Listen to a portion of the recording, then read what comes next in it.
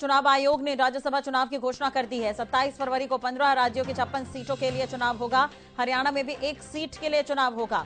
अप्रैल 2024 में खत्म होना है सांसदों का कार्यकाल। नामांकन की आखिरी तारीख 15 फरवरी है। तो यह अहम खबर हम आपको बता रहे हैं। राज्यसभा चुनाव के तारीखों का ऐलान हो गया है। तो चुनाव आयोग ने राज्यसभा चुनाव की घोषणा कर दी है। 27 फरवरी को 15 राज्यों की 56 सीटों के लिए चुनाव होगा। हरियाणा में भी एक सीट के लिए चुनाव होगा। अप्रैल 2024 में सांसदों का कार्यकाल खत्म होना है।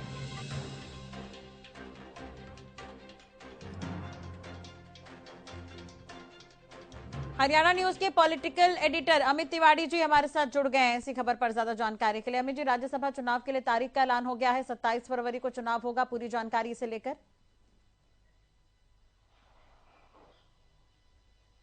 जी, निश्चित रूप से आज जो ऐलान किया गया है चुनाव आयोग की ओर से 56 राज्यसभा की सीटें हैं जो रिक्त होने जा रही हैं। इनमें से 13 राज्यों की जो 50 सीटें हैं उनके सदस्यों का कार्यकाल 2 अप्रैल को समाप्त हो रहा है और शेष जो 6 सदस्य हैं 2 राज्यों के उनका कार्यकाल 3 अप्रैल को समाप्त हो रहा है और चुनाव जो है वो एक साथ करवाए जाएंगे। जो नोटिफिकेशन जो है वो अधिसूचना है वो 8 फरवरी को जारी की जाएगी।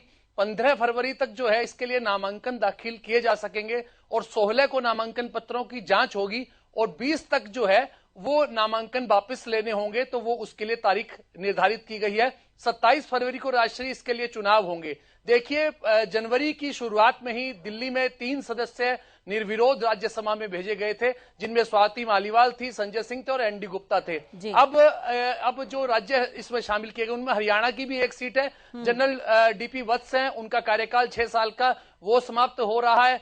तो ऐसे में उनकी सीट पर भी जो है एक निर्वाचन किया जाएगा और इसके लिए 27 फरवरी को चुनाव होगा। हो सकता है निर्विरोध जो है चुनाव हो जाए। और इसके लिए जो प्रमुखता से नाम अगर लिए जा रहे हैं तो केंद्रीय मंत्री भूपेंद्र यादव, वे भी देखिए राजस्थान से सदस्य हैं, इस समय राज्यसभा में हैं, लेकिन वे भी उनका कार्यकाल समाप्त हो रहा है। तो ऐसी संभावना है कि भूपेंद्र यादव को हरियाणा से भेजा जा सकता है क्योंकि वे हरियाणा से संबंध रखते हैं और ऐसे में उनका भी है। और देखिए, जेपी नड्डा राष्ट्रीय अध्यक्ष हैं और भारतीय जनता पार्टी के, और हिमाचल प्रदेश से वे राज्यसभा में हैं, उनका कार्यकाल समाप्त हो रहा है। पूर्व प्रधानमंत्री हम मनमोहन सिंह, उनका कार्यकाल भी समाप्त हो रहा है। और 9 केंद्रीय मंत्री हैं जिनका कार्यकाल जो है वो समाप्त हो रहा है। उन्हें भी अलग अलग राज्यों से वे राज्यसभा में थे तो उनका कार्यकाल समाप्त हो रहा है, जिनमें मनसुख मांडविया भी है और प्रकाश जावड़ेकर भी हैं और इसके अलावा अश्विनी वैष्णव है, उनका भी कार्यकाल है। तो देखने वाली बात है कि इनमें से कौन से सदस्य वापस पहुंचते हैं और क्या रणनीति जो है भारतीय जनता पार्टी की रहती है। और देखिए, राष्ट्रीय सबसे अहम है उत्तर प्रदेश की 10 राज्यसभा की सीटें हैं जहां से चुनाव होना है। इसके अलावा बिहार में कल ही बिहार में बड़ा परिवर्तन हुआ है।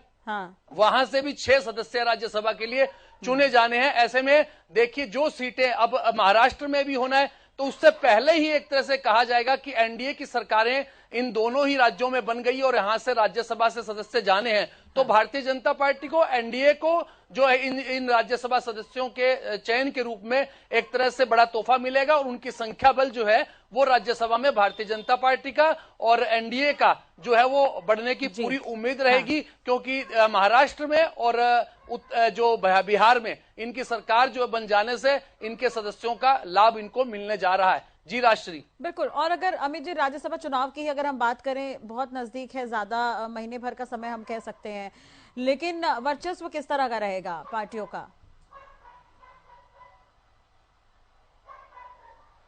जी, जैसे मैंने पहले बताया राष्ट्रीय, देखिए मध्य प्रदेश में, राजस्थान में अभी भाजपा की सरकार बनी है। तो ऐसे में निश्चित रूप से उनको यहां से अपने सदस्यों का निर्विरोध निर्वाचन करवाने में लाभ मिलेगा। उनका संख्या बल उनका ज्यादा है और ऐसे में अब कांग्रेस को तेलंगाना से लाभ मिल सकता है, वहां से भी 3 सदस्य चुने जाने हैं तो कांग्रेस को वहां से लाभ मिल सकता है। इसके अलावा अगर बात करें तो कुछ और राज्य है जहां पर इस प्रकार की रणनीति बनाई जा रही है भारतीय जनता पार्टी की ओर से और अपने एनडीए के सहयोगियों की मदद से निश्चित रूप से भाजपा को इस जो 56 सीटों का जो चुनाव होने जा रहा है 27 फरवरी को, उसमें निश्चित रूप से भारतीय जनता पार्टी को और एनडीए को लाभ मिलेगा, क्योंकि संख्या बल उनका निरंतर बढ़ा है। छत्तीसगढ़ की भी एक सीट है, देखिए झारखंड की एक सीट है, हिमाचल प्रदेश की एक सीट है, तो वहां से क्या रहती है स्थिति, यह देखने वाली बात होगी। हिमाचल प्रदेश में जरूर कुछ राज्यों में जहां कांग्रेस आई है वहां थोड़ा सा उन्हें डिफिकल्टी होगी, थोड़ी कठिनाई का सामना करना पड़ेगा, लेकिन यह एक ही सीट का मामला हिमाचल प्रदेश से, देखिए किसका निर्वाचन होता है।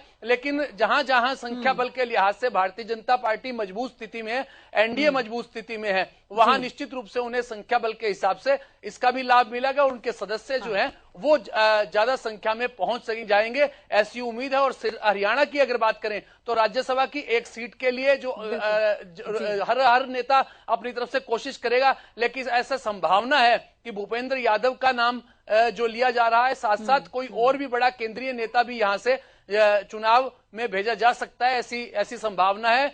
देखिए क्या कुछ रहती है अभी स्थितियां। अभी 15 फरवरी जो है वो नामांकन की अंतिम तारीख है और उसके बाद जो है प्रक्रिया विधिवत शुरू हो जाएगी। जी राष्ट्रीय, ठीक है, बहुत बहुत शुक्रिया अमित जी तमाम जानकारी और बातचीत के लिए। तो 15 राज्यों के 56 सीटों पर यह चुनाव होना है। चुनाव आयोग ने राज्यसभा चुनाव की घोषणा कर दी है। 27 फरवरी को 15 राज्यों की 56 सीटों पर यह चुनाव होगा। और सबसे अहम बात यह है कि सबसे ज्यादा सीट यूपी की है, और अगर हरियाणा की बात करें तो केवल एक सीट है जहां पर डीपी वत्स का कार्यकाल जो है वो खत्म हो रहा है, तो ऐसे में यहां पर चुनाव होगा। और नामांकन दाखिल करने की आखिरी तारीख 15 फरवरी है।